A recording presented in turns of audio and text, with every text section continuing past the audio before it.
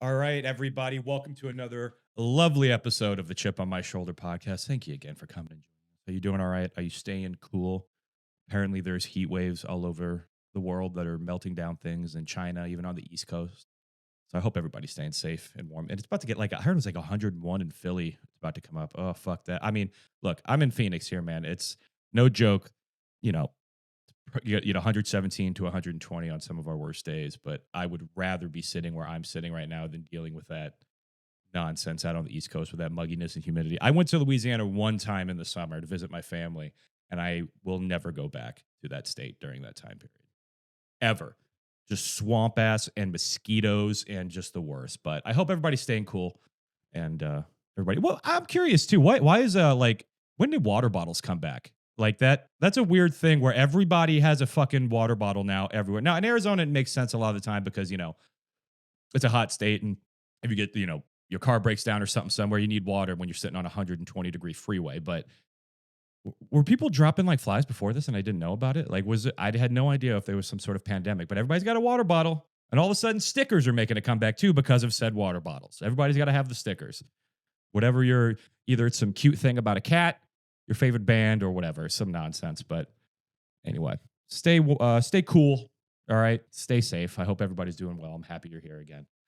So again, another fun episode. So we're gonna go into this. I saw this the other day, and I've seen these videos before. Probably, I want to say since like the mid 2020s is when I started seeing these pop up. And these people, they infuriate me. They infuriate me. And they're people that they call themselves First Amendment auditors. Now, if you don't know what these people are, these are mostly douchebag men, let's be completely honest, who they will take their camera and they'll go to a spot somewhere, a very public, open spot, and they will film they'll go out and they'll start filming randomly for some reason. Just people walking by, doing whatever. But here's the little trick they do. They claim that they're sitting here protecting free speech and protecting the right to record and do all of these things. But what they're really doing is just being assholes, because this is what they do. They go to a spot where they know legally they do have the right. They know that because if they know if they went to a spot where they didn't, they'd just be arrested and kicked off immediately, so they couldn't. So they go somewhere that they know they can get away with filming, and legally the cops can't do anything, but they know it's going to make people uncomfortable. They're going to go to a very busy spot and put it in a camera in a window or something, and they're waiting. See, the problem is their content is only as good as the altercations they get into. If nobody, said anything to any of these people, nobody would watch these boring ass YouTube videos of a guy just filming and watching people walk by or eating lunch at a cafe or something like that. So they intentionally go and they try. I 100% believe that they try and egg on confrontations.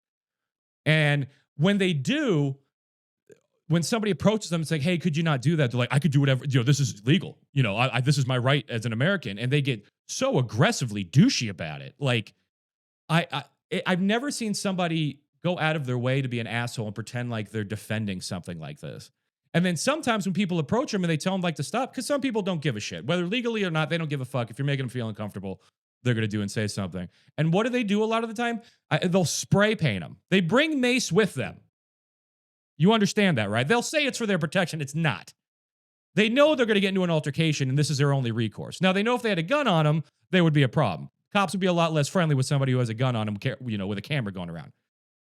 But it makes no sense. And you know what? Sometimes I see these videos, and occasionally they get it right. And some guy's just being an old curmudgeony asshole. But a lot of the times it's not that. A lot of the times it's just him going into a public place and being a dick. And then somehow he feels like everybody has no right to, where did these people come from? No other right except maybe the Second Amendment. When you see those people who walk into a Chipotle with an AR-15 because it's technically legal and they're right, but dude, it makes people feel fucking uncomfortable. All right? And I have every right to be like, "Hey, dude, chill the fuck out. Could you not? Could you not? Could you not?" Okay? God. And then I don't know. And then I go and sometimes I'll go and look at the comments. I'll see them on TikTok and stuff like that. I'll look at the comments and people are defending these people. People are genuinely defending them. going, well, he shouldn't have said something. You have every right as an American, yada, yada. See, this is the problem, too. I feel like people mistake rights for just general decency. Like, yes, there's a different, it's the same argument, when I went on the rant about bicycle riders, all right? While legally they have the right of way, they go about it in an asshole way. You know what I mean? Like I said a second ago, the guy who brings like I said, I'm not anti-gun or anything like that, but I view the guy who brings in an AR-15 to like a Chipotle, just kind of like a protest, like as a Second Amendment. I see him as the same type of person who walks into a McDonald's and screams, "You're all fucking murderers for eating meat." You're on two different sides of the spectrum, but you're the same exact person. Nobody in there is changing their mind about that subject because you are doing this. Nobody's going to walk into Chipotle, see an AR-15, like, you know what? He's right. We have the right to do that. And nobody sitting in a fucking Five Guys is going to stop eating meat because some 25-year-old girl with blue hair screamed that they're a cow murderer and that they're pieces of shit that are going to burn in hell. And they're no better than actual murderers. People stabbing people in the street. I don't know. People, I'm not, like I said, I try not to jump on any of the political sides or anything like that, but I just feel like people take their beliefs too far to the extreme to where it's like, yeah, I don't give a shit if you're uncomfortable with it. It's my right. And I'm like, God, can we just meet in the middle? Just meet me in the goddamn middle. And I think, to be honest with you, what do these people do during the day? Like, this is their job. Like, how do you even get to this point in your life? What happened to you? Did your dad get arrested in a fucking, because he spoke out against the government or something, and this is your lifelong passion? Like, fuck off. No. You're white people with too much time on your hands, okay? And you're looking for trouble. You're like a male Karen going in looking for some issue at a goddamn fucking Aldi, all right? Just so you can raise a fuss and make yourself feel better about anything. I don't get it. People just feel so entitled to express how they feel all the time. And sometimes they're right and sometimes they're wrong, but nobody gives a shit. I can't. It's bleeding over into my life now. And you know what sucks? This thing like this is like, I can avoid this. You know what? It's not like I run into these people out on the streets. I could just stop watching these videos. But I enjoy making myself upset. I don't know why. And I watch it for an hour and I'm like fuming. My day's ruined. So I go in my room, I jerk off, and I hope for the best. All right. I hope that soothes my nerves. But man, like I said, it's not the people themselves that so bother me about it. It's the fact that so many people in the comments are like really in on it, and they're like, "No, you're a freedom fucking." They think they're freedom fighters or something like that. They're stopping the world from, God forbid, some guys having a goddamn cup of coffee outside of some local coffee shop, but he's legally in the right to put his camera in your face. Like, God damn it, you're assholes. I wonder if their families even like them. Do you think? These don't seem like the type of people that are like fun to be around. Like, hey, what's going on? My name's Justin. What's your name? Oh, Mike. Mike. Yeah. So what do you do for a living? Oh, I stand with the camera outside places until people get uncomfortable enough to try and assault me, and then I post those videos on YouTube. But I pepper spray them. Don't worry. God, I don't get it. Who said these warriors for free speech? Join the army, okay?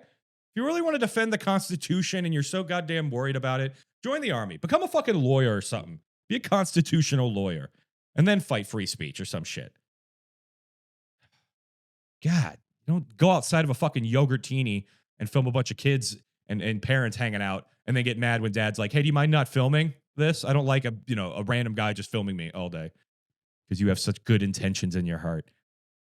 I'm curious, there has to be days where they go and film and nothing happens, right? Like, they have to just delete that, because here's the perfect world for a First Amendment auditor. Nothing happens. Nothing happens at all. They've done their, like, what would you do if the world was exactly how you want it to be? Where it's like, hey, I'm uncomfortable, but you know what? God damn it. It's his fucking right. It's his right as an American. Like, what would happen if that went away tomorrow? What would you do? Would you go to another freedom and start fighting for that one until you feel it's been justified? How many videos would you have to do of nobody saying anything to you before you're just like, fuck it, I'm done? God. I have more respect for those parents on YouTube who force their children to do like toy reviews and stuff like that than I do you. Absolutely ridiculous. Oh. See, and again, like I said, this is a chip on my shoulder about it, and I get my blood boiling. But I can't jerk off until later because I got to film this. Nonsense. Ugh. But anyway, let me know. What's your chip? If you have anything you want me to talk about, please comment below and let me know because Lord knows there's more of those people out there. And I'm sure I might run into one now. Feeling my chickens are going to come home to roost at some point. And I'm going to have like 15 of them in front of my apartment one day. Like, would you say cocksucker? But just so you know, I am armed. So fuck off. All right, guys. Today we're going to dive into something spicy. All right, guys. We got this. I saw this at the store the other day and I thought, Lay's is really trying to go out. I've actually had Lay's from the countries. This one is a Thai style red curry right here. Boom. All right. Now Lay's has a little tag inspired by Thailand or the flavors of Thailand. So thank you. We couldn't have picked up on that from the name of the chip, Lay's. So shout out to the marketing department for not confusing us gringos. But in the bowl, it's got a spicy paste. I'm assuming that's a Thai curry paste. I don't know. I am very ignorant in that said. We got some peppers, shit like that. But interesting bag. I wonder if I don't know if this is like the color of the Thai. I don't know if this green and red is very Thai colorish. I don't know. Thai people below, tell me. But we're going to crack this bad boy open and give it a taste. Let's see. Shit. Keep going. All right, you want to take a bite of this one? All right. So we got a thicken. It's a fold over. I like to call them a little, fold over action on the end. It seems well seasoned. All right, I can see the light through it like that. It's nice, thin, wafery. All right, seems legit. All right. Oh, got a nice little smell to it. Yeah, I could definitely tell that little Thai-ish smell, Thai curry smell. So let's give it a go. Let's see what we got.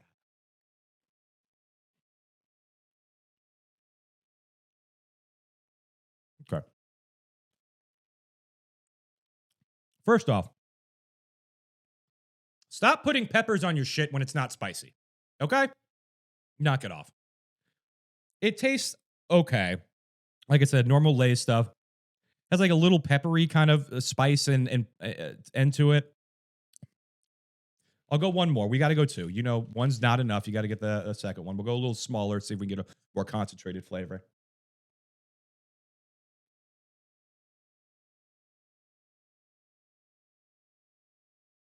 Again, it has an interest. Like I said, I never had Thai curry, but if this is what the legitimacy of Thai curry is, I don't know if I'm going to have it. I'll stick with regular curry, but I'm sure I'm wrong in this. Okay, so don't get on a fuss. I get a little spice on the back end, like right when I'm swallowing. There's a little bit, but it's no more than I feel like a little more spicier than a pepper. I don't really get. It's not supposed to be too spicy, I suppose, but this is the representative. This is what I will assume everything in Thailand tastes like now. Thank you, Lay's. You've ruined an entire country. I'm kidding. It's not that bad. Definitely something I'm probably not going to get again. I'm going to give this a 2.6. 2.6 spuds on this one. Look, I got to be honest with you. Lay's, it's a hard thing to do because they have a thin chip and the chip itself takes up a lot more of the flavor than the actual flavor, if that makes any sense. Whatever potato they particularly use. Doritos has this problem sometimes too with some of their stuff. I'm not trying to throw any shade on the Doritos people. Lord knows I've had my fair share. Okay. But sometimes the taste of the tortilla chip can creep into the actual, a little bit more than the actual flavor of the chip. And I taste a little bit more of the potato chip than I do the actual flavoring of that. And I got a couple ones. They seemed well seasoned. They got a lot of. These are some thickens. They got some good ones. They seem seasoned, but at the end of the day, I don't think I'm going to go again. So I'm going to go 2.6 on these bad boys. Again, you could try them. Maybe it's a little more into it if you had Thai curry. I had curry one time in Boston, and I have to be completely honest with you, I got extremely bad diarrhea from it. And I'm not trying to be stereotypical. It was delicious. It was like a green curry, which I don't know the difference, but yeah, me and my friends were, walking through the streets of Boston, we decided, hey, there's this little, pop up shop there. They have Thai curry. It was good. It was weird too because we were in the little, those major cities on the East Coast like have little Chinas, right? Like they have a whole neighborhoods that are all basically China, built in the whole neighborhood. Everything's in Chinese or whatever. And we were walking through that neighborhood, and it was funny because as we were walking up to the restaurant, there was a group of old Asian men sitting at the table, and they were playing cards or something like that. And they looked at us, and as while we were walking through, it was me, my two buddies, and his girlfriend. We're all white people, by the way, and they just mean mugged us. They were like, ugh, ugh. And I was like, oh, is this what that feels like? That's the worst racism I've ever experienced in my life. That was it. That's if that's the height of it, I think I'm fine. But they gave us this dirty look like we weren't supposed to be there. I'm like, we're in fucking Boston, right? Like, this is one of the whitest cities in the goddamn country. I mean, where do you think all the East Coast racists come from? It's from Boston, really. Good food, good sports, good racists. If the Village Inn, you know, no offense, Boston. I love Boston, beautiful people, but you know who you are out there. Oh, yeah, the East Coast racism is much more direct. You know it, when you see it. They'll be racist. They'll say racist things, but they're not like racist people. You know what I mean? Like they'll still help anybody. They'll do anything, but they'll say some shit. People on the West Coast will say nice things, but be racist people. That's the difference. That's going to be the clip for the preview for this episode. That's all right, guys. Again, we got a 2-6 on this red Thai. What the fuck is it called? Yeah, Thai style red curry. It's all right. Nothing crazy. I'm not going to go again. I give it a 2-6 for this episode. So again, thank you for tuning in. I appreciate you guys so much. Comment below if there's a chip or something you want me to give it a test, or if there's a problem you want me to air out here, because Lord knows I'm the arbiter for all the problems out here. Love you all very much. Thank you. Peace.